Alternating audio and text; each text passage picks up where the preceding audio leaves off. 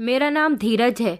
गहरी अंधेरी रात थी, सड़क सुनसान पड़ी हुई थी और मैं अपना रेस्टोरेंट बंद करके वापस घर के लिए आ रहा था।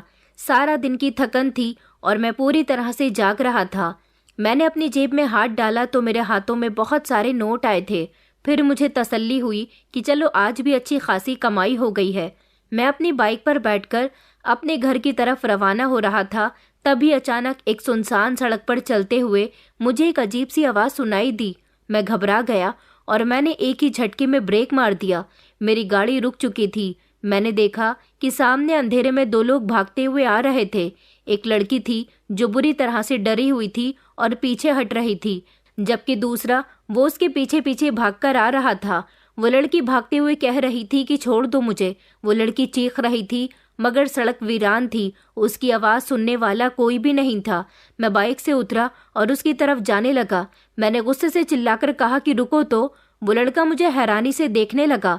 उसने मुझसे कहा कि चले जाओ यहाँ से, ये मामला तुम्हारा नहीं है, ये मेरा मैटर है। मैंने गुर्राकर कहा कि ये मैटर तुम्हारा नहीं बल्कि अब ये मैटर मेरा बन गया, क्योंकि मैं समझ गया हूँ कि तुम इस लड़की के साथ ज़बरदस्ती कर रहे हो। फिर मैं धीरे धीरे चलता हुआ उसके करीब गया और उसे जोर से धक्का दे दिया। उसने उठकर मुझे मारने की कोशिश की, लेकिन मैं पहले ही सावधान हो चुका था। मैंने एक जोरदार लात उसके ऊपर मारी। वो फिर से लड़खड़ाकर जमीन पर गिर पड़ा। वो लड़की जो बहुत घबराई हुई थी फौरन ही मेरे पीछे आकर खड़ी हो गई। वो डर के मारे कांप रही थी। मेरे हाथ से पिटाई खाने के बाद वो लड़का जमीन से उठकर सीधा वहां से भागने लगा और मैंने पलटकर उस लड़की को देखा। वो अभी तक डरी हुई थी और साथ ही उसकी आंखों में आंसू भी थे। मैंने प्यार से उससे पूछा कि तुम ठीक हो। वो धीरे से अपनी गर्दन हिलाकर कहने लगी कि थैंक यू, अगर आप टाइम पर नहीं आते तो आज पता नहीं मेरे साथ क्या हो जाता। ये मेरी नव्या से पहली मुलाकात थी, एक इंसिडेंट और एक ऐसी कहानी जिसके बारे में मैंने कभी सोचा भी नहीं था। मैंने नव्या को तसल्ली दी और उससे पूछा कि तुम इतनी रात में सुनसान सड़क पर क्या कर रही थी। वो घबराती हुई आवाज में कहने लगी कि मैं यहाँ किसी काम से आई थी, लेकिन रास्ते में ये लड़का मेरा पीछा करने लगा, इसलिए मैं बहुत डर गई थी। उसकी आंखों में डर तो मुझे अभी भी नजर आ रहा था। मैंने उससे पूछा कि तुम्हारा घर कहाँ है। वो कुछ देर तक तो खामोश रही और फिर धीरे से कहने लगी कि मैं अनाथ हूँ, मेरा यहाँ पर कोई भी नहीं है और ना ही मैं यहाँ किसी को जानती हूँ। मैं तो यहाँ जॉब करने के लिए आई थी और अभी तक मुझे जॉब नहीं मिली है। उसकी बात सुनकर मुझे उस पर तरस आने लगा। मैंने उससे कहा कि अगर तुम चाहो तो मेरे रेस्टोरेंट में काम कर सकती हो, और अगले ही दिन वो मेरे होटल में जॉब करने के लिए आने लगी थी। वो बहुत ही मेहनती और समझदार लड़की थी और होटल के सारे काम बहुत अच्छे से संभालने लगी थी। शुरू में मैंने उसे अपने रेस्टोरेंट में वेट्रेस की नौकरी दी थी, लेकिन फिर उसके बाद धीरे धीरे जब वक्त गुजरने लगा तो मुझे महसूस हुआ कि वो मेरी जिंदगी का एक स्पेशल हिस्सा बनती जा रही है। नव्या बहुत सुंदर थी, भोली भाली थी और उसकी स्माइल मेरे लिए सबसे ज्यादा सुकूनदेह होती थी। मुझे उससे प्यार होने लगा था। मुझे नहीं पता था कि वो किस तरह मेरे दिल को इतनी पसंद आ गई थी, लेकिन एक दिन मैंने फैसला कर लिया कि मुझे नव्या बहुत पसंद है और यही तो मोहब्बत है। मैंने कई बार सोचा था नव्या से अपनी फीलिंग शेयर करूं, लेकिन मैं हर बार खुद को रोक लिया करता था, यही सोचकर कि पता नहीं वो भी मुझसे मोहब्बत करती है या नहीं, या ये सब सिर्फ मेरी तरफ से ही है।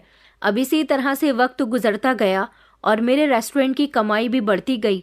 मैंने नव्या पर बहुत भरोसा किया, यहाँ तक कि उसे अपने रेस्टोरेंट का हिसाब किताब संभालने की भी इजाज़त दे दी थी। वो मुझसे कहती थी कि धीरज सर, आप फिक्र न करें, मैं सब कुछ अच्छे से संभाल लूंगी। वो हमेशा यही कहती थी और मैं उसकी बातों पर आंखें बंद करके भरोसा कर लिया करता था। मुझे अपने काम में तरक्की हासिल हो रही थी और मैं सोचता था कि मैं जल्द ही नव्या को प्रपोज कर दूंगा, शायद वो भी मुझसे मोहब्बत करती हो। लेकिन फिर फाइनली वो दिन भी आ गया था जिसने मुझे पूरी तरह से बर्बाद कर दिया था। उस दिन मैं किसी अर्जेंट काम से गया हुआ था और अपना रेस्टोरेंट पूरी तरह से मैंने नव्या के हवाले कर दिया था। नव्या की तरफ से बेफिक्र रहता था कि वो अच्छी तरह से मेरा रेस्टोरेंट और मेरे पैसों का हिसाब किताब भी ठीक से संभाल लेती है। लेकिन जब मैं रात को वापस आया तो जैसे एक बहुत बड़ा तूफान आ चुका था। रेस्टोरेंट की हालत बहुत खराब थी, इधर उधर सामान बिखरा पड़ा था, कैश लॉकर खुला हुआ था और सबसे बड़ी बात तो ये थी कि नव्या वहां से जा चुकी थी। ये क्या हो गया, मुझे सांस भी नहीं आ रही थी। मैंने फौरन अपना अकाउंट चेक किया तो मेरा दिल दहल कर रह गया था। पूरे 15 लाख रुपए गायब हो चुके थे। इसका मतलब था कि जिससे मैं प्यार करने लगा था वही मुझे बर्बाद करके चली गई थी। मुझे उस पर इतना भरोसा नहीं करना चाहिए था और अपना सब कुछ उसके हवाले नहीं करना चाहिए था। मेरी आंखों के सामने अंधेरा छा गया था। मैं मन ही मन खुद को कोस रहा था और नव्या को भी बुरा भला कह रहा था कि तुमने मेरे साथ ये सब कुछ क्यों किया। मैंने तो तुम्हारे साथ भलाई करने की कोशिश की थी।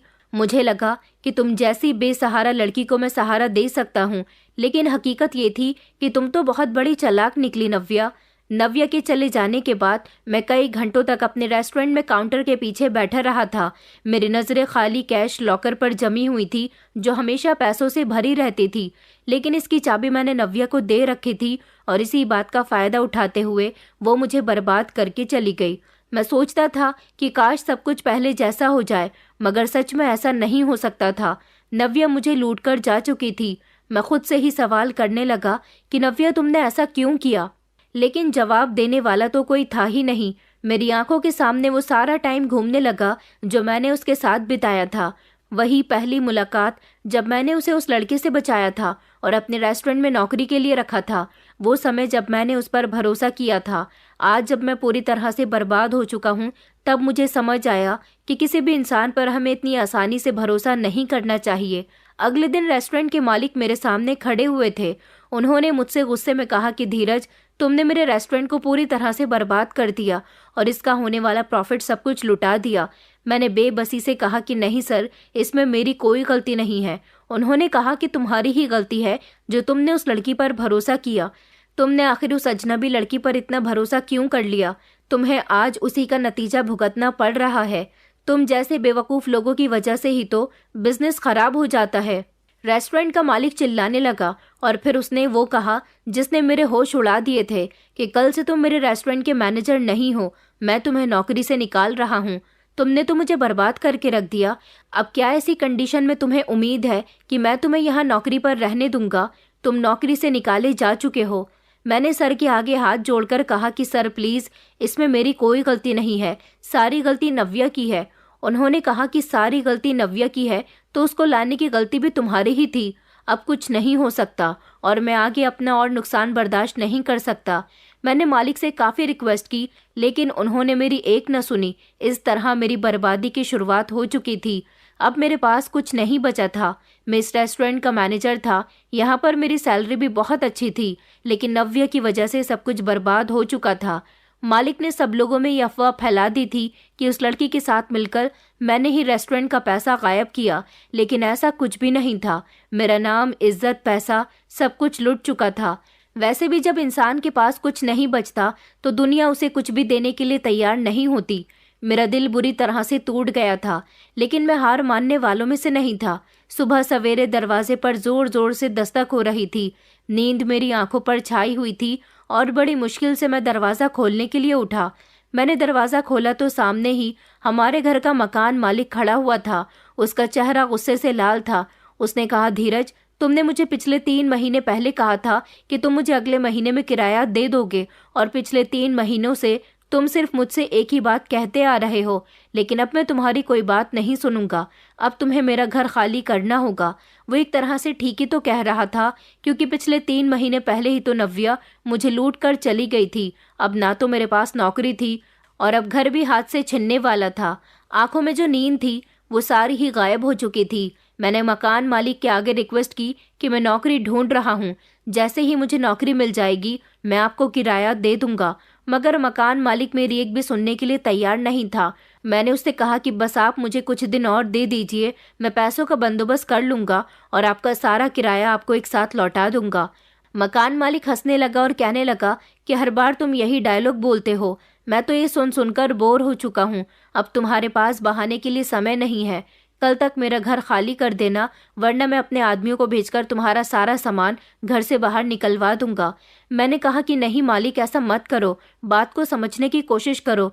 घर ही तो मेरे लिए आखिरी सहारा है। लेकिन उसके चेहरे पर तो मेरे लिए कोई भी नरमी नहीं थी। उसने कहा कि ये मेरा घर है और मैं यहाँ तुम्हें फ्री में तो रहने नहीं दे सकता। ये कहकर वो जाने लगा, लेकिन जाने से पहले उसने मुझे एक आखिरी वार्निंग दी। अगर कल तक तुमने मेरा मकान खाली नहीं किया तो मैं अपने आदमियों को भेजकर अपना घर खाली करवा सकता हूँ। मैं तो अपना सर पकड़कर ही दरवाजे पर बैठ गया था। मेरी समझ नहीं आ रहा था कि अब मैं क्या करूँ, कहाँ जाऊँ, कहाँ से पैसों का बंदोबस्त करूँ। मेरी आंखों के सामने अंधेरा आने लगा। पहले नव्या का धोखा, फिर रेस्टोरेंट से नौकरी खत्म हो जाना, और अब मेरे हाथ से मेरा ये किराए का घर भी जाने वाला था।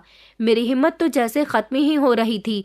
मेरे दिमाग में सिर्फ यही सवाल आ रहा था कि मैं अब कहाँ जाऊं। मेरी माँ भी कमरे से बाहर निकल आई थी। उनकी आंखों से भी नींद जा चुकी थी और वो भी फिक्रमंद हो गई थी। उन्होंने कहा कि बेटा क्या हुआ और दरवाजे पर कौन आया था। मैं उनकी बात पर खामोश रहा। आखिर मैं उनको क्या बताता कि अब हम बेघर होने वाले हैं। माँ समझ गई थी कि मैं परेशान हूँ। वो मेरे बराबर में बैठ गई और मुझे तसल्ली देकर कहने लगी कि बेटा बताओ, मुझे क्या बात है, तुम क्यों परेशान हो। मेरे मुंह पर तो जैसे ताला लग गया था। मैं अपनी आंखों में डर नहीं देख सकता था, लेकिन मेरे पास कोई दूसरा रास्ता भी नहीं था। मैंने अपनी माँ को अपनी आंखों में आंसू उतारते हुए बताया कि मकान मालिक किराया लेने के लिए आया था। कह रहा था कि अगर कल तक पैसे नहीं दिए तो घर खाली करना पड़ेगा। ये सुनकर मेरी माँ का चेहरा पीला हो गया था। वो जल्दी से अपने कमरे में गई और कुछ पैसे लेकर मेरे पास आई। कहने लगी कि ये लो बेटा, ये थोड़े से पैसे हैं, इनसे शायद 3 महीने का किराया तो निकल ही जाएगा। तुम मकान मालिक को ये पैसे दे दो ताकि वो हमें कुछ दिन और यहाँ रहने की मोहलत दे दे। मैंने चौंक कर माँ से पूछा कि माँ, ये पैसे कहाँ से आए? हमारे पास तो कोई पैसे नहीं थे। माँ ने मुस्कुराकर कहा कि बेटा, जब तुम पैसे कमाने जाते थे तो अपने सारे पैसे मुझे ही तो लाकर दिया करते थे। मैं तुम्हारे दिए गए पैसों में से कुछ सेविंग्स करके भी रखती थी ताकि बुरे समय के लिए काम आ सके, और आज वो सेविंग्स वाले पैसे हमारे काम आने वाले हैं, क्योंकि आज से ज्यादा बुरा समय भी कब हो सकता है। मुझे अपनी माँ पर गर्व महसूस हुआ था कि उन्होंने इतनी कठिन समय में भी बुरे समय के लिए पैसे लगाकर रखे थे। मेरी आंखों में आंसू आ गए थे। मैंने उनको गले से लगा लिया और उनके गले से लगकर फूट फूट कर रोने लगा और उनसे कहा भी कि मैं ये पैसे नहीं लूंगा, कोई और रास्ता निकाल लूंगा, ये पैसे आपके हैं माँ। माँ ने मुझे समझाया और कहा कि मेरा बेटा बहुत मजबूत है। कभी कभी जिंदगी हमें आजमाती भी है बेटा, सब कुछ आसानी से नहीं होता। याद रखो, तुम एक ईमानदार इंसान हो और इंसान की नीयत सच्ची हो तो ऊपर वाला उसे निराश नहीं करता। ये शब्द मेरे दिल को छू गए थे। मेरे पास अब 2 ही रास्ते थे, या तो मुझे मकान मालिक की रिक्वेस्ट करनी थी या फिर मुझे खुद को संभालना था। नौकरी चली गई, पैसे चले गए और अब तो इज्जत भी दांव पर लग चुकी थी। जब रेस्टोरेंट के मालिक ने मुझे नौकरी से निकाल दिया तो मुझे उम्मीद थी कि मुझे कहीं और नौकरी मिल जाएगी, लेकिन किस्मत ने मेरा साथ नहीं दिया था। हर जगह नौकरी के लिए ट्राई किया, लेकिन नौकरी कहीं नहीं मिली। मैं इन 3 महीनों में सारा दिन भूखा प्यासा घूमता रहा, जगह जगह नौकरी तलाश करता रहा, लेकिन कुछ भी ठीक नहीं हो सका। रात के समय में एक बेंच पर बैठा था। लोग खाने पीने में बिजी थे और मैं बाजार के बीच की रौनक देखकर भी खाली हाथ बैठा हुआ था। ये वो समय था जब मुझे ये एहसास हुआ कि जब आपके पास कुछ नहीं होता तो दुनिया वाले आपको भूल जाते हैं। एक दिन मैं मदद मांगने के लिए अपने एक पुराने दोस्त के पास चला गया, लेकिन उसने भी मेरी कोई मदद नहीं की। यहाँ तक कि उसे तो मुझसे हमदर्दी भी महसूस नहीं थी। उल्टा वो तो मुझे ताने देने लगा, पागल लड़के, तुमने ही तो एक अनजान लड़की पर भरोसा किया था, अब तुम वही तो भुगत रहे हो। मैं उसकी बात सुनकर आगे उससे क्या कह सकता था, इसलिए खामोशी से वापस आ गया। जब दुनिया हमें छोड़ देती है तो सिर्फ ऊपर वाला ही हमारा सहारा होता है। मैंने फैसला किया कि मैं दोबारा से कोई ना कोई काम करूंगा, चाहे मेरे लिए जितना भी मुश्किल हो। अगर दुनिया वाले मुझे कुछ देने के लिए तैयार नहीं तो मैं खुद कमा लूंगा। ये सोचकर मैंने अपनी माँ के वो जुड़े कटे पैसे लिए और बाजार में सब्जी पूरी का ठेला लगाने लगा। ये एक नई उम्मीद थी, मगर किस्मत तो मुझे अभी भी आजमाना चाहती थी। बाजार में मुझे कहीं जगह भी नहीं मिल रही थी। बड़ी मुश्किल से कई दिनों बाद मुझे एक जगह मिल ही गई थी। जैसे ही मैंने वहां सब्जी पूड़ी बनाना शुरू की तो एक और परेशानी मेरे सामने आ गई। सामने ही एक बड़ा सा ढाबा था जिसको बहुत सुंदर तरीके से बनाया गया था और जहां हर तरह का खाना मिलता था। वहां के छोले भटूरे, आलू की सब्जी, आलू के पराठे और भी बहुत सारी वैरायटी का खाना बहुत महंगा था और लोग यहाँ लाइन लगाकर खाना खरीदते थे और बैठकर खाते भी थे, और अभी भी लोग वहीं से खरीदारी कर रहे थे।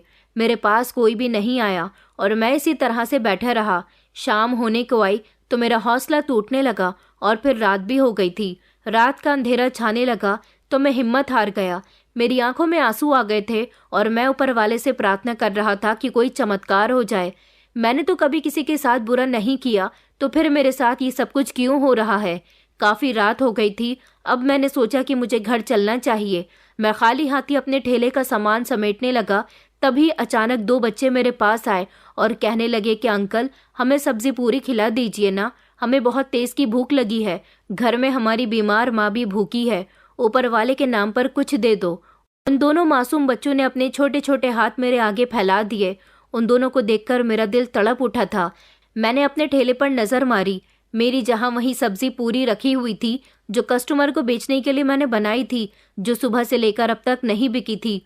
मैंने बिना कुछ सोचे हुए वो खाना उन बच्चों को दे दिया और कहा, ये लो बेटा, जाओ और अपने घर जाकर अपनी माँ और बाकी के भाई बहन के साथ खुशी खुशी खाओ। बच्चे खुश हो गए थे। उनके चेहरे पर बहुत सारी चमक आ गई थी, जो शायद उनके पेट में उमड़ने वाली भूख ने उनसे छीन ली थी। मेरे पास जितनी पूरी सब्जी थी वो मैंने उन बच्चों को दे दी थी। अब मेरे पास कुछ भी नहीं बचा था, क्योंकि आज मेरा पहला दिन था। इसलिए मैंने थोड़ा ही खाना बनाया था और वो खाना भी नहीं बिका था। अब मैं पूरी तरह से खाली हाथ हो चुका था। जब मैं घर पर गया तो मुझे खाने की बड़ी महकती हुई खुशबू आ रही थी। देखा कि किचन में माँ बड़ा ही स्वादिष्ट खाना बना रही थी। माँ ने मुझे बताया कि बेटा, किसी ने हमारे घर में राशन भिजवा दिया है, बहुत सारा। ये सुनकर तो मैं दंग रह गया था। ये तो एक तरह का चमत्कार था। मैंने कहा, माँ, ये राशन कौन लेकर आया था? माँ ने कहा कि पता नहीं बेटा कौन था, लेकिन कोई अजनबी था। उसने मुझे अपना नाम भी नहीं बताया, बस मुस्कुराकर चला गया। मेरी आंखों में आंसू आ गए थे और हम दोनों माँ बेटे ने पेट भरकर खाना खाया था। अगले दिन मैं फिर बाजार चला गया था और मैंने फिर से सब्जी पूरी का ठेला लगाया और कस्टमर आने का इंतज़ार करने लगा, लेकिन आज भी कोई कस्टमर नहीं आया था। दिन से रात हो गई और फिर से मेरा हौसला टूट गया। रात हुई तो एक लड़का मेरे ठेले के पास आया और मुझसे कहने लगा कि मुझे आपके ठेले का सारा खाना खरीदना है। मैंने उसे सारा खाना दे दिया। उसने वहाँ पर खेलते हुए बच्चों को सब्जी पूरी बांट दी। ये लड़का वही था जिसने मेरे घर में राशन डलवाया था, लेकिन मैं हैरान था कि लड़का है कौन। वो वहाँ से चला गया था। मैं अपने घर आ गया और मैं बार बार यही सोच रहा था कि वो लड़का कौन था। मेरी समझ नहीं आ रहा था कि ये सब कुछ मेरे साथ मेरी किसी नेकी के बदले में हो रहा था या फिर कोई इत्तेफाक था। अगली सुबह मैं फिर से बाजार पहुंच गया। अब की बार मेरे अंदर एक नया हौसला था। मैंने यही सोचा कि कल अगर एक इंसान ने मेरे ठेले का सारा खाना खरीदा था तो आज फिर भी कोई ना कोई ज़रूर आएगा। मैंने ठेला लगाया, सब्जी पूरी तैयार की और उम्मीद के साथ इंतज़ार करने लगा, लेकिन उस दिन भी कोई कस्टमर नहीं आया था। दिन इसी तरह से गुजरने लगे। वहाँ आसपास के सारे लोग मुझे अजीब अजीब नज़रों से देखा करते थे और कहते थे कि ये काम तुम्हारे बस का नहीं है, तुम्हारी सब्जी पूरी कोई खरीदता तो है नहीं और तुम यहाँ आकर अपना वक्त बर्बाद करते रहते हो। फिर से रात हुई और वो लड़का फिर से आया। वो इंसान अंधेरे में खामोशी से आया और मेरे ठेले का सारा खाना खरीदकर उसने वहीं पर गरीब लोगों में और बच्चों में बांट दिया। मैंने अब की बार हिम्मत करके उस अनजान लड़के से बात कर ही ली थी और कहा कि सुनो। वो रुक गया और मेरी तरफ देखने लगा तो मैंने उससे पूछा कि आप आखिर मेरी मदद क्यों कर रहे हो? वो मुस्कुराकर कहने लगा कि दूसरों की मदद करने वाले लोग कभी खाली नहीं रहते। उस दिन जब वो मुझसे ये बात कह रहा था और वहाँ से चला गया तो एक आदमी मेरे पास आया और कहने लगा, क्या सच में तुम्हारे ठेले का खाना इतना अच्छा है? मैंने कहा कि जी भैया जी। तो उसने मुझसे 200 रुपये का खाना खरीद लिया। ये पहला दिन था जब मेरे ठेले पर किसी ने पैसे देकर मुझसे मेरे ठेले का खाना खरीदा था। मैं बहुत खुश था। अगली सुबह मैंने फैसला किया कि मैं उस लड़के का पीछा करूंगा। वो हर बार मेरे ठेले से खाना खरीदकर बच्चों में बांट दिया करता था। मैं जब उसके पीछे पीछे गया तो मैंने देखा कि वो एक अनाथ आश्रम में दाखिल हो रहा था। वो अंदर गया तो वो मुझसे खरीदा हुआ वही खाना अनाथ बच्चों में बांट रहा था। ये देखकर मेरे दिमाग में हजारों सवाल घूमने लगे। ये लड़का अनाथ बच्चों की मदद कर रहा है। मैंने धीरे से दरवाज़ा खोला और अंदर दाखिल हुआ। जैसे ही वो पीछे मुड़ा तो मैंने उससे पूछा कि तुम कौन हो और ये सब कुछ क्यों कर रहे हो? वो मुस्कुराकर कहने लगा, क्या अंकल, आपको अभी भी जानने की ख्वाहिश है? मैंने सर हिला दिया तो कहने लगा, एक समय पहले मेरी किसी ने मदद की थी। मैं भूखा था और उसने मुझे खाना खिलाया था और आज मैं भी वही कर रहा हूँ जैसा मेरे साथ हुआ था। उसकी बात सुनकर मैं चौंक गया। उसने बताया कि यहाँ पर मौजूद बच्चे वो हैं जिनको दुनिया ने छोड़ दिया है। कुछ के माता पिता हादसे में मर गए तो कुछ यहाँ पर बेसहारा हैं। फिर अचानक उसने एक ऐसी बात करी जिससे मैं हैरान रह गया। उसने कहा कि धीरज अंकल, एक दिन आपने एक भूखे बच्चे को खाना खिलाया था। मैं गहरी सोच में चला गया और फिर मुझे याद आया कि हाँ, कई सालों पहले मैंने एक भूखे बच्चे को अपने ठेले की सब्जी पूरी खिलाई थी, लेकिन वो बात तो मैं भूल चुका था। उसने कहा कि मैं वही बच्चा हूँ जिसको सालों पहले आपने खाना खिलाया था। फिर मुझे वो पिछला समय याद आया कि एक छोटा सा बच्चा गंदे से कपड़ों में भूखा प्यासा मेरे पास आया था और मैंने एक प्लेट में उसे सब्जी पूरी लगाकर दे दी थी। ये तब की बात है जब रेस्टोरेंट पर नौकरी करने से पहले भी मैं ठेला लगाया करता था और सब्जी पूरी का ठेला लगाने की तब मेरी शुरुआत थी। ये काम तो मैंने अब दोबारा से शुरू किया था। उसने कहा कि मैं वही बच्चा हूँ अंकल। उसकी बात सुनकर मेरी आंखों में आंसू आ गए। उसने कहा कि भलाई करने वाले लोगों के साथ हमेशा भला ही होता है। मैं सोच रहा था कि ऐसा कैसे हो सकता है। उसने कहा कि आपने मुझे खाना खिलाया, वो दिन मेरी जिंदगी का सबसे स्पेशल दिन था। मैंने उसी दिन सोचा था कि जब मैं बड़ा हो जाऊंगा तो किसी न किसी दिन मैं ऐसी ही भलाई आपको वापस लौटाऊंगा। मैंने कहा, लेकिन तुमने ये सब कुछ कैसे किया? उसने बताया कि मैंने कई सालों तक मेहनत की, मजदूरी की और फिर ऊपर वाले ने मुझे सफलता दे दी। जब मैं कामयाब हुआ तो मैंने सबसे पहले वही किया जो आपने मेरे साथ किया था, भलाई। मेरी आंखों में आंसू आ गए। फिर उसने कहा कि अंकल, मैं आपको एक मौका देना चाहता हूँ। मैंने हैरानी से उससे कहा कि बेटा, कैसा मौका? तो वो कहने लगा कि आप इन बच्चों के लिए कुछ करना चाहोगे। लेकिन मैं बच्चों के लिए क्या कर सकता था? मैंने उससे कह दिया कि मैं तो खुद एक मामूली सा आदमी हूँ। वो कहने लगा कि आपको ज्यादा कुछ नहीं करना, वही करना है जो आप करते हो। लेकिन मैं सोचने लगा, मैं तो खुद इस समय बहुत मुश्किल में हूँ, ऐसे में मैं इन बच्चों की क्या मदद करूँगा? उसने कहा कि अगर आप अपनी सब्जी पूरी के ठेले को इन बच्चों के लिए इस्तेमाल करो तो कैसा रहेगा? मैंने कहा, क्या मैं बच्चों के लिए अपनी सब्जी पूरी के ठेले का इस्तेमाल करूं? ऐसा ख्याल तो मेरे दिमाग में कभी नहीं आया था कि मुझे किसी और के लिए भी जीना चाहिए। मुझे वो समय याद आया जब मैं खाली हाथ होता था और दूसरों की मदद करने से ऊपर वाले ने मेरे दिन बदल दिए थे। शायद ये वही रास्ता है जिस पर मुझे चलना चाहिए था। मैंने कहा कि ठीक है, मैं इस काम के लिए तैयार हूँ। अगले दिन मैंने अपने सब्जी पूरी के ठेले पर लिखा, अनाथ बच्चों के लिए फ्री खाना। ये देखकर लोग हैरान रह गए थे। एक आदमी आया और कहने लगा कि तुम पागल हो गए हो क्या? तुम्हारी अपनी कंडीशन खराब है और तुम दूसरों को फ्री खाना दे रहे हो। मैंने उस आदमी की बात का कोई जवाब नहीं दिया, लेकिन फिर मेरे पास वही बच्चे आए जो उस दिन मुझे खाना लेने के लिए आए थे। मैंने उनको एक एक प्लेट सब्जी पूरी की दे दी तो वो बहुत खुश हो गए। कुछ दिनों बाद वही लड़का मेरे पास आया और कहने लगा कि आप सच में इन बच्चों के लिए कुछ करना चाहते हो? मैंने कहा कि हाँ बिल्कुल। तो उसने मुस्कुराकर कहा, तो फिर आपको एक काम करना होगा, आप मेरे साथ चलो। मैं उसके साथ चलने लगा तो वो मुझे एक सुनसान इलाके में ले गया जहाँ एक पुरानी सी दुकान बनी हुई थी। उसने कहा, ये दुकान मेरी है, लेकिन मैं इसको चलाने के लिए किसी ईमानदार आदमी की तलाश में था। अगर तुम चाहो तो मैं तुम्हें ये दे सकता हूँ। मेरी आंखें हैरानी से फैल गईं कि ये दुकान? उसने कहा कि जी, लेकिन शर्त यह है कि आने वाला कोई भी इंसान भूखा नहीं जाना चाहिए। मैं शॉक्ड रह गया था। मुझे यकीन नहीं आ रहा था कि मैं कल तक एक आम सा आदमी था जो बाजार में खाने का ठेला लगाकर पैसे कमाने की कोशिश कर रहा था और आज मेरे सामने एक दुकान थी जो मेरी होने वाली थी। क्या सच में किस्मत ने मुझे दूसरा मौका दिया है? मेरे साथ खड़े वही लड़के ने मेरी मदद की थी। ये देखकर मैं मुस्कुरा रहा था। उसने कहा कि ये सब आपका है अंकल, लेकिन आपको मेरी बात याद है ना? मेरे दिमाग में हजारों सवाल घूम रहे थे। मैं कभी अपनी दुकान का मालिक नहीं बना था। मैं सोच रहा था कि मैं ये सब कैसे करूंगा। अगर मैं नाकाम हो गया तो क्या होगा? फिर मुझे अपना बीता हुआ समय याद आया। वो दिन जब मैं खाली हाथ घर लौट रहा था, वो समय जब मेरी माँ अपने आंसू छुपाया करती थी, वो समय जब मैंने 2 मासूम बच्चों को भूखा देखा था। मैंने सोचा कि अगर मुझे मौका मिला है तो मैं इसे अपने हाथ से जाने नहीं दूंगा। मैंने उस लड़के से कहा कि मैं तैयार हूँ। अगले दिन मैंने दुकान की सफाई करनी शुरू कर दी। ये जगह बहुत पुरानी थी, दुकान की दीवारें खराब हो चुकी थी। ये काम मेरे लिए आसान नहीं था।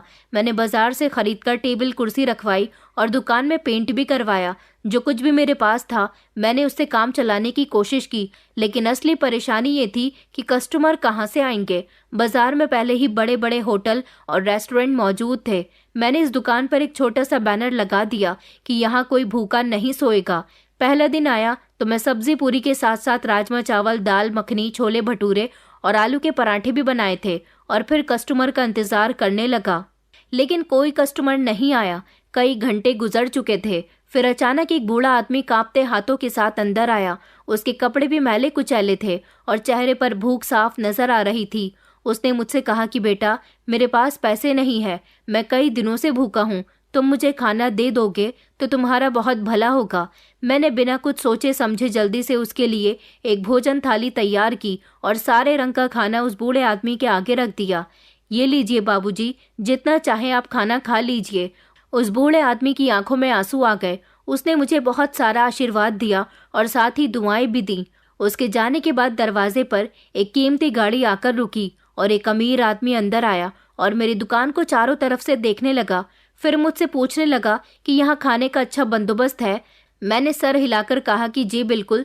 तो उसने कहा कि मुझे अपने ऑफिस के मजदूरों के लिए खाना चाहिए, क्या तुम ये कर सकते हो? ये सब सुनकर तो मैं हैरान रह गया था। मैंने फौरन ही कहा कि जी, मैं आपके मजदूरों के लिए खाना बना दूंगा। उन्होंने मुझे एडवांस पेमेंट दी ताकि मैं अपने लिए ज़रूरत का सामान खरीद सकूं। मैं खुश हो गया था कि अभी तो मैंने सिर्फ एक भूखे इंसान को ही खाना खिलाया था, तो ऊपर वाले ने मेरे लिए नए रास्ते के दरवाजे खोल दिए थे। लेकिन किस्मत तो अभी मुझे और ज़्यादा आजमाना चाहती थी। अगले दिन जब मैं बाजार से सामान खरीदने के लिए गया तो एक बेकरी वाला मुझे देख देख कर जोर से हंसने लगा। ये वही बेकरी वाला था जिसकी बेकरी शॉप के आगे मैंने कई बार अपना ठेला लगाने की कोशिश की थी, लेकिन वहाँ कोई कस्टमर नहीं आता था। उसने मुझसे कहा कि धीरज, मैंने सुना है कि तुमने अपना खाना बेचने के लिए छोटी सी दुकान खरीद ली है। मैंने कहा कि हाँ, कुछ ऐसा ही है। उसने कहा कि तुम भूल गए हो कि ये कारोबार ऐसे नहीं चलता, और हाँ, अगर तुमने अपनी दुकान ज़्यादा दिन तक चलाई तो समझ लो कि तुम्हारे लिए मुसीबत आने वाली है। मैंने कहा कि क्या मतलब है तुम्हारा? वो मुझसे इस तरह से बात कर रहा था जैसे मुझे धमकी दे रहा हो। मैंने उसकी बात को इग्नोर कर दिया और वापस अपनी दुकान में आ गया। लेकिन शाम को जब मैंने अपनी दुकान वाला होटल खोला तो मैंने देखा कि मेरे गैस के सिलेंडर से गैस खत्म हो चुकी थी, चूल्हा भी खराब कर दिया गया था और सामान भी गायब था। ये कैसे हो सकता है? मेरे दिमाग में बेकरी वाले का ही नाम आया था। ज़रूर ये उसकी ही चाल है। क्या वो मेरे रास्ते में रुकावट डालने के लिए इस तरह की हरकतें कर सकता है? मगर मैंने खुद पर कंट्रोल किया क्योंकि मैं कोई गलत कदम नहीं उठाना चाहता था। मुझे हिम्मत से काम लेना था, लेकिन मैं जानता था कि ये जंग अभी ख़त्म नहीं हुई। अगले दिन मैं बाजार गया ताकि नया सिलेंडर खरीद सकूं। जब मैं बेकरी के पास से गुजरा तो उसका मालिक खड़ा हुआ मेरा ही इंतज़ार कर रहा था। उसने कहा कि सुना है कि तुम्हारा होटल बंद पड़ा था। मैंने गहरी सांस ली और कहा कि हाँ, किसी ने मेरे सामान के साथ छेड़छाड़ की थी। उसने कहा कि मुझे ये सब सुनकर बहुत अफसोस हुआ, मगर कारोबार में तो ऐसा होता ही रहता है।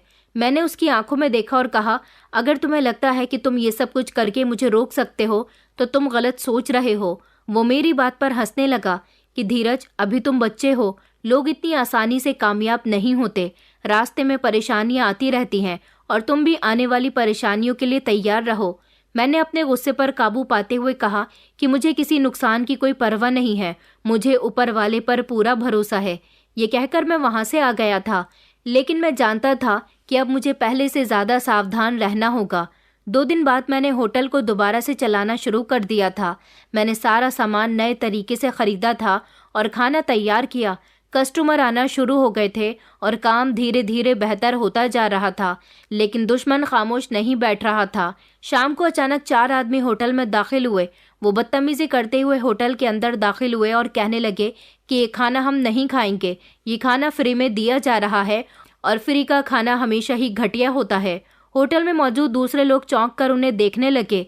ये लोग मेरा तमाशा बनाने के लिए आए थे। मैंने उनकी आंखों में देखा था और मुझे समझ आ गया था कि ये बेकरी वाले के आदमी थे और ये मुझे बदनाम करने के लिए आए थे। मेरे अंदर गुस्सा भड़क उठा था और मैंने अपने गुस्से पर काबू करते हुए कहा कि अगर खाना पसंद नहीं है तो तुम यहाँ से जा सकते हो। उनमें से एक लड़का कहने लगा कि देखो, ये इंसान भी अच्छी तरह से जानता है कि इसका खाना घटिया है। अब होटल में बैठे बाकी सारे लोग भी मुझ पर शक करने लगे थे। ये सब जानबूझकर किया जा रहा था। मैंने मजबूत शब्दों में कहा कि जो लोग यहाँ खाना खाने के लिए आते हैं वो खुद इस बात का फैसला करेंगे कि मेरा खाना घटिया है या फिर अच्छी क्वालिटी का है। फिर मैंने एक वेटर से कहा कि उनके लिए खाना लगाओ। अगर इन्हें मेरा बना हुआ खाना पसंद नहीं आए तो मैं इनसे माफ़ी मांग लूँगा। ये सुनकर होटल में बैठे बाकी सारे कस्टमर मेरी तरफ से बोलने लगे कि आप लोग खाना खाकर देखो। उनके यहाँ का खाना बहुत अच्छा है। उन चारों लड़कों को लोगों की बात बुरी लगी और वो गुस्से से वहां से चले गए। अब पूरे शहर में मेरा नाम फेमस होने लगा था। लोग मेरे पास आने लगे थे और वो समझ गए थे कि यहाँ पर गरीबों के लिए मुफ्त खाना होता है। जो लोग पैसा देकर बेकरी से कुछ न कुछ खाया करते थे, अब वही लोग मेरे होटल में खाना खाने के लिए आने लगे थे, क्योंकि मेरे होटल के खाने का टेस्ट बहुत अच्छा था और मेरे यहाँ के बने खाने पर साफ सफाई का भी खूब ख्याल रखा जाता था। बेकरी का मालिक अब खामोश नहीं बैठा था। एक दिन बाजार में एक अफवाह फैला दी गई कि मेरे होटल का खाना गलत क्वालिटी का है। मैं खाने में लगाने वाले तेल, घी, चावल और घटिया क्वालिटी के मसाले लगाता हूँ। ये अफवाह सुनकर मेरे होटल के कस्टमर कम होने लगे थे। सब कुछ मुझे नीचे गिराने के लिए किया जा रहा था। मैंने फैसला किया कि अब मैं खामोश नहीं रहूंगा। मैंने शहर के एक फूड इंस्ट्रक्टर को खुद फ़ोन किया और कहा कि मेरे यहाँ बनाए जाने वाले खाने को चेक किया जाए। अगर मेरे खाने में कुछ गलत हुआ तो मैं खुद अपना होटल बंद कर दूंगा। ये बात आग की तरह पूरे शहर में फैल गई थी। अगर मैं कामयाब होना चाहता हूँ तो ऊपर वाला मेरा साथ देगा। अगले दिन फूड इंस्पेक्टर आया और मेरे बने हुए खाने की पूरी तरह से जांच पड़ताल की गई और उन्होंने बताया कि यहाँ का खाना पूरी तरह से सेफ और अच्छी क्वालिटी का बना हुआ है। ये सुनकर लोगों का भरोसा कायम हो गया था और जो लोग ये अफवाह सुनकर नहीं आ रहे थे वो अब दोबारा मेरे होटल में आना शुरू हो गए। ऊपर वाले ने मेरा साथ दिया था और मेरा होटल कामयाबी के रास्ते पर चलने लगा। लोग मेरे खाने को पसंद कर रहे थे, मेरे होटल का नाम फेमस हो रहा था और सबसे बढ़कर मैं अपने मकसद में कामयाब हो रहा था कि यहाँ कोई भूखा नहीं सोता था। लेकिन ये कामयाबी मेरे दुश्मनों को हजम नहीं हो रही थी। बेकरी का मालिक अभी तक खामोश नहीं हुआ था। इस बार वो सिर्फ साजिशों की हद तक ही नहीं रहना चाहता था, बल्कि मुझ पर हमला करना चाहता था। बाजार में अफवाह फैलाने के बाद वो मुझ पर एक और हमला करने वाला था। एक दिन होटल जब बंद होने वाला था तो दो लड़के मेरे होटल में आए। उनमें से एक ने कहा कि आज तो खाना बड़ा बढ़िया था। मैंने हैरानी से कहा कि आपका शुक्रिया, आप दोबारा फिर यहाँ पर आना। फिर वो लोग अचानक चुपके से चले गए। लेकिन अगली सुबह बाजार में एक और नई खबर फैल चुकी थी कि मेरे होटल का खाना जहरीला था। मेरे होटल के खाने से कई लोगों की तबीयत खराब हो गई। ये खबर मैं लोगों के मुंह से सुन रहा था। ऐसा कैसे हो सकता था? मेरा खाना तो हमेशा सही साफ सफाई को ध्यान में रखते हुए बनता है। बाजार में शोर मच चुका था कि ये होटल बंद होना चाहिए। कुछ लोग कह रहे थे कि धीरज लोगों की जान के साथ खेल रहा है, ये एक धोखेबाज इंसान है। मुझ पर मुकदमा दर्ज हो गया था। फिर एक दिन पुलिस मेरे होटल पर आई और कहने लगी कि तुम पर मुकदमा किया गया है। लोग कहते हैं कि तुम्हारा खाना जहरीला है, जिससे कई लोग बीमार हुए। मैंने कहा कि सर, ये सब कुछ झूठ है। मैंने हमेशा साफ खाना बनाया। लेकिन पुलिस के पास शिकायत दर्ज हो चुकी थी। पुलिस वालों ने कहा कि हम तुम्हें हिरासत में लेना चाहते हैं। ये सुनकर तो मेरे होश उड़ गए थे कि क्या सच में मेरी मेहनत बर्बाद होने वाली है। ठीक उसी समय वही अजनबी लड़का मेरी मदद के लिए आगे आया। उसने पुलिस वालों से कहा कि रुकिए, मैं धीरज अंकल के हक में गवाही देना चाहता हूँ। पुलिस ने पूछा कि तुम कौन हो, तो उसने बताया कि मैं वो इंसान हूँ जो अच्छी तरह से जानता हूँ कि धीरज अंकल एक ईमानदार इंसान है। उसने पुलिस को अपने मोबाइल में रिकॉर्ड वो वीडियो दिखाई जो हमारे होटल में लगे सीसीटीवी कैमरा की थी। उन वीडियो में साफ साफ वही लड़के नजर आ रहे थे जो खाना खाने के बाद कुछ संगीन चीजें टेबल पर छोड़कर चले गए थे। वो खुद ही खाने में कुछ मिलाकर गए थे ताकि धीरज अंकल को इल्जाम के जाल में फंसा लिया जाए। पुलिस के पास एक ठोस और पक्का सबूत था। उसने कहा कि धीरज अंकल बेकसूर हैं। ये सब एक साजिश थी मुझे फंसाने के लिए। ये सब भी उस बेकरी वाले ने ही किया था, क्योंकि पुलिस वालों ने इन्वेस्टिगेशन शुरू कर दी थी और उन लड़कों को भी अरेस्ट कर लिया गया था। उन लड़कों ने अपनी गलती मान ली थी और कहा था कि बेकरी के मालिक ने उन्हें पैसे देकर ये सब कुछ करने के लिए कहा था। ये सुनते ही पुलिस बेकरी वाले के पास पहुंची और उसे भी गिरफ्तार कर लिया गया। जुल्म कभी हमेशा नहीं चलता। उस हादसे के बाद मेरा होटल और ज्यादा मजबूत हो गया था और लोगों को मुझ पर विश्वास हो गया था। ये वो होटल है जहां कोई भूखा नहीं सोता और खाने में किसी तरह की कोई गलत मिलावट नहीं की जाती। अब मैं इस होटल को और आगे बढ़ाऊंगा ताकि और ज्यादा लोगों को खाने का मौका मिल सके। ये भलाई का सफर था और इसे कोई रोक नहीं सकता था। मेरी जिंदगी एक जंग की तरह थी। पहले तो नव्या ने मुझे धोखा दिया, फिर बेरोजगारी ने मुझे आजमाया और अब बेकरी वाले ने मेरे खिलाफ साजिश की थी। मैंने कभी किसी का बुरा नहीं चाहा था, फिर मेरे साथ ऐसा क्यों होता रहा था? लेकिन एक बात पक्की थी कि ऊपर वाले ने हमेशा मेरी मदद की थी। अब मेरा होटल कामयाबी के रास्ते पर था। बाजार में लोग इज्जत से मेरा नाम लेने लगे थे और सबसे बढ़कर मैं रोज़ाना बहुत सारे लोगों को पेट भर के खाना खिलाया करता था। अब मेरी ज़िंदगी में एक और मोड़ आ गया। एक दिन होटल में एक औरत दाखिल हुई। मैं बिजी था, मगर जैसे ही उस पर मेरी नज़र पड़ी तो मैं खड़ा हो गया था। ये दीपिका थी, वही दीपिका जिसे मेरी माँ ने मेरे लिए पसंद किया था और उसको मैंने खुद रिजेक्ट कर दिया था। लेकिन वो मेरे होटल में क्या कर रही थी?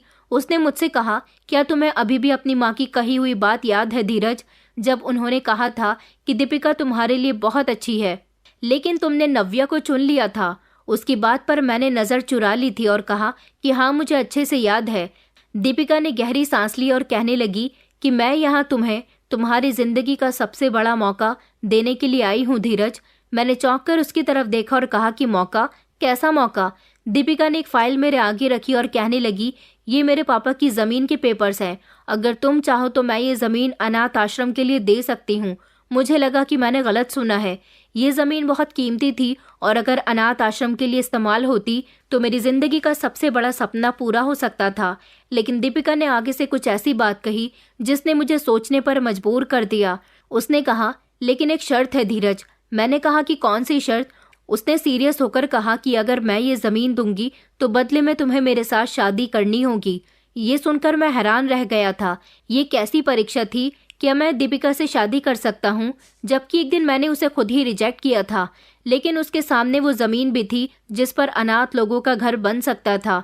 अगर मैंने ये मौका छोड़ दिया तो शायद ये बच्चे हमेशा के लिए बेसहारा रह जाएंगे। दीपिका के शब्द मेरे दिमाग में बार बार गूंज रहे थे। उसने कहा कि अगर मैं ये ज़मीन दूंगी तो बदले में तुम्हें मुझसे शादी करनी होगी।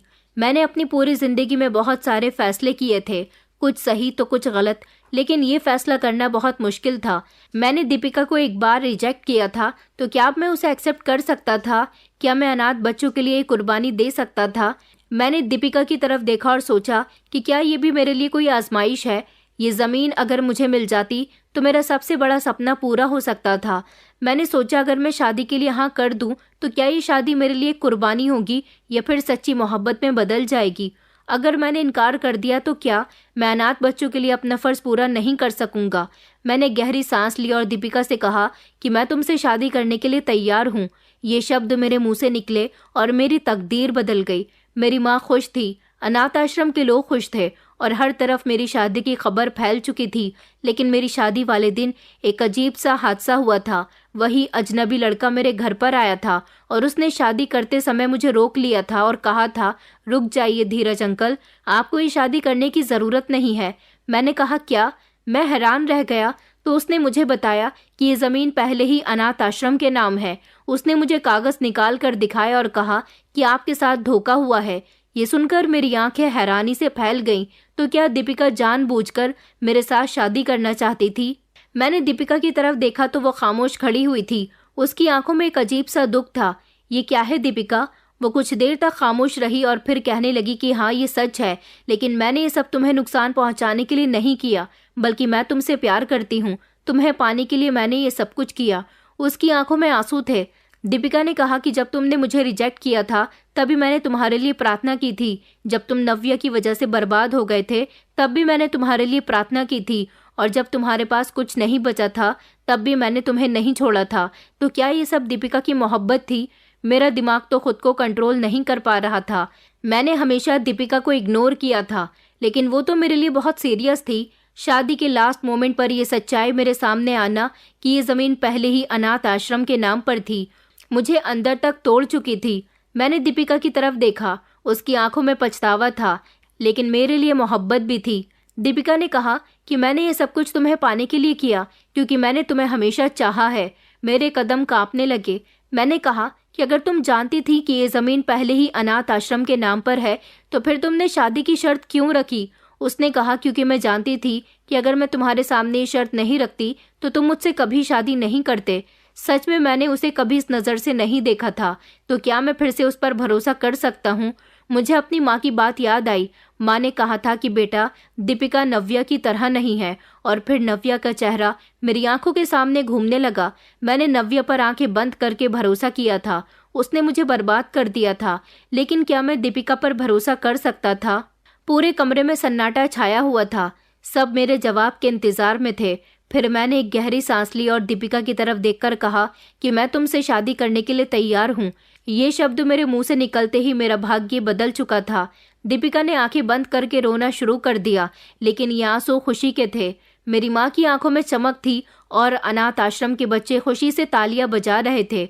ये शादी एक कॉन्ट्रैक्ट नहीं था, बल्कि एक शुरुआत थी। मैंने दीपिका को रिजेक्ट किया था, लेकिन ऊपर वाले ने उसे मेरे भाग्य में लिख दिया। शायद कभी कभी वो चीज़ें जो हमें देर से समझ आए वही हमारे लिए सबसे बेहतर होती हैं। और मैं उस अजनबी इंसान का भी बहुत शुक्रगुजार हूँ जिसने शुरू से लेकर अब तक मेरी मदद की थी। उसका नाम ऋषभ था और ऋषभ मेरी ही तरह एक गरीब लड़का था जिसके ऊपर वाले ने किस्मत बदल दी थी, और फिर उसी की तरह मेरी किस्मत को भी बदल दिया गया था। दोस्तों, उम्मीद करती हूँ आपको हमारी कहानी पसंद आई होगी। कहानी पसंद आई है तो वीडियो को लाइक करें, चैनल पर नए हैं तो चैनल को सब्सक्राइब करें, और हाँ, नोटिफिकेशन बेल को ज़रूर दबाएं ताकि अगली अपडेट सबसे पहले आपको मिले।